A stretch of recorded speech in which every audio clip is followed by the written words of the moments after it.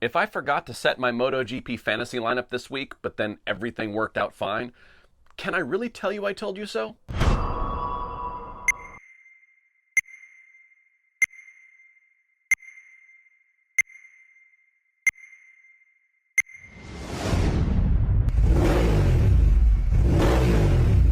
Welcome back to another edition of I Told You So Tuesday, where we go through my pre-race predictions as it pertains to my MotoGP fantasy team. And you guessed it, this week we're talking about Portugal. But before we get into it, if you could please like, follow, share, subscribe, mash all the buttons so you get all the MotoGP content you can possibly imagine. So right back into it. As I said in the tease, I didn't change a thing from my fantasy team from last week. Now, partly that was based on indecision and I just waited too long and then decided, well, I'm just going to go with the hand I'm dealt. So to review on my 8 team, I'm going with, for the rest of the season, the philosophy that if you don't know what to do for your gold tier riders, go with a Marquez, and this weekend it's Alex Marquez. I thought he would be really strong this weekend, and I absolutely told you so. Running at the front didn't look that great in practice, didn't look that great in qualifying, but when it came to race time, I knew he was going to go forward. I knew he was going to count head up at the front. I didn't think he would possibly win both, but I thought maybe one of the two. I actually had him winning the Grand Prix and not winning the sprint with the shorter format, coming from that 5th place qualifying, but he goes and flips it around.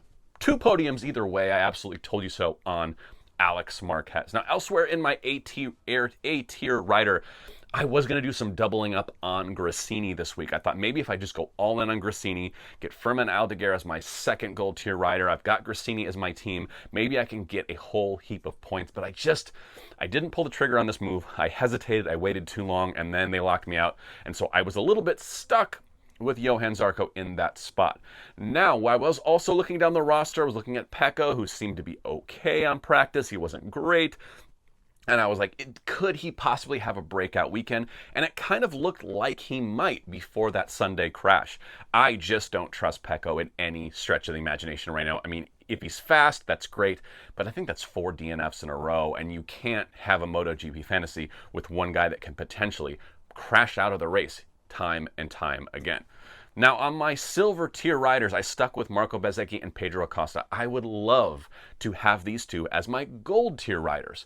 They are out of position on this team because I've had them on this team before they became super hot to have.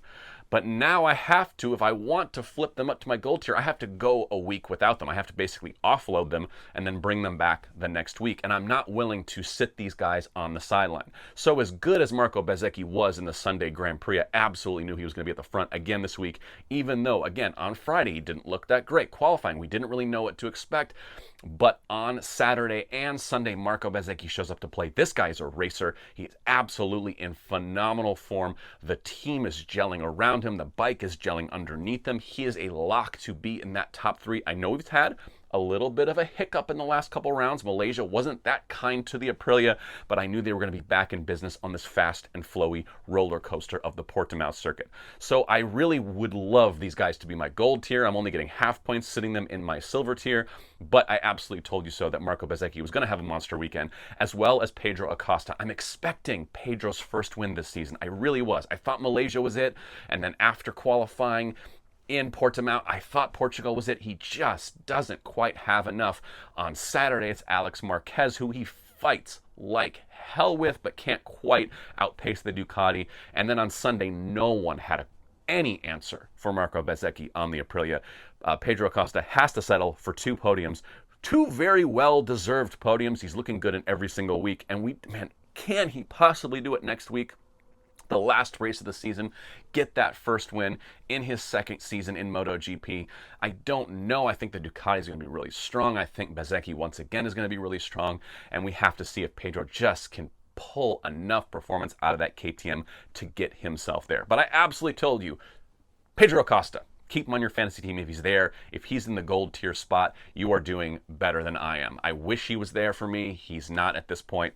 What can you do?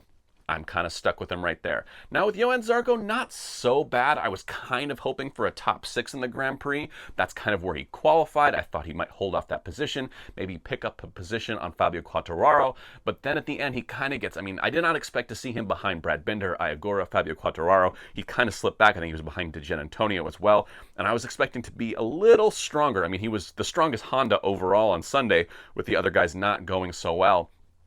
But Johan kind of disappointed me with that 9th place. Not quite an I told you so situation there. Okay, decent. He'd be an okay silver tier rider. The fact that he's taking up that gold spot is a little painful. And I really should have doubled down on Gresini with Firmin Daguerre and cemented my spot in 4th place. Instead, I got absolutely leapfrogged in my MotoGP Fantasy Team. Other people are using their boosts, which gives them double points at the very end of the season to try to make up some ground. And I went ahead and got leapfrogged by someone. I think they were in 7th or 8th.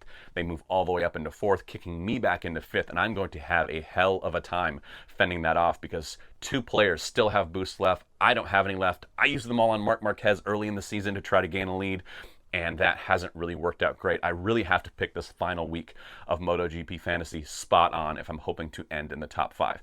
But in the national bracket, I move up. In the overall bracket, I move up. Pretty good weekend overall. Again, riding Marco Bezzecchi and Pedro Acosta and Alex Marquez to the end.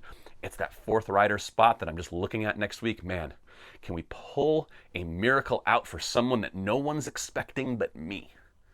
That's the dream. Well, anyway, thank you so much for watching I Told You So Tuesday. Not much of any revelations this week of me going with the same team, but stay tuned for next week. We have one more week of MotoGP action before the winter break, and we're going to be right here talking about it all. So stay with me.